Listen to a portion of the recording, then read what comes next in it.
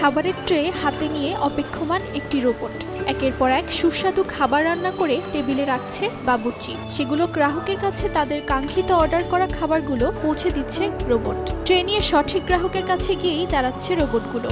খাবার নিজ দায়িত্বে নিয়ে নিচ্ছেন গ্রাহক। রোবট, বাবুর্চি ও অন্যান্য কর্মীর সমন্বয়ে আকর্ষণীয় ক্যাফেটি পরিচালিত হচ্ছে কেনিয়ার রাজধানী নাইরোবিতে। ক্যাফের নাম রোবট ক্যাফে। ক্যাফেতে সাজানো রয়েছে নানা ধরনের কেক ও মিষ্টি জাতীয় খাবার। পরিবেশন করা হচ্ছে টাকো, পাস্তার মতো সুস্বাদু খাবার, যেগুলো ক্যাফেতে ঘুরে ঘুরে নিয়ে যাচ্ছে বিশেষ এই রোবটগুলো। দেখতে যে কোনো সাধারণ ক্যাফের মতো মনে হলেও এর বিশেষত্ব হলো অত্যাধুনিক প্রযুক্তিতে তৈরি এই রোবটগুলো। এদের গায়ে লেখা রয়েছে রোবট ক্যাফে। চমকপ্রদ এই রোবটগুলোকে দেখে আনন্দিত ও একই সঙ্গে বিস্মিত গ্রাহকরা।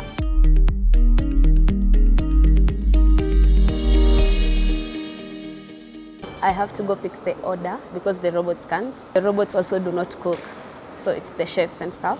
This in South and Central Asia, so we try to become like part of the sophisticated technology. বিশেষ ধরনের এই রোবটগুলো তৈরি করা হয় হিউম্যানয়েড ফর্মে, যেগুলো গ্রাহকদেরকে স্বাগত জানাতে ও খাবার পরিবেশন করতে সক্ষম।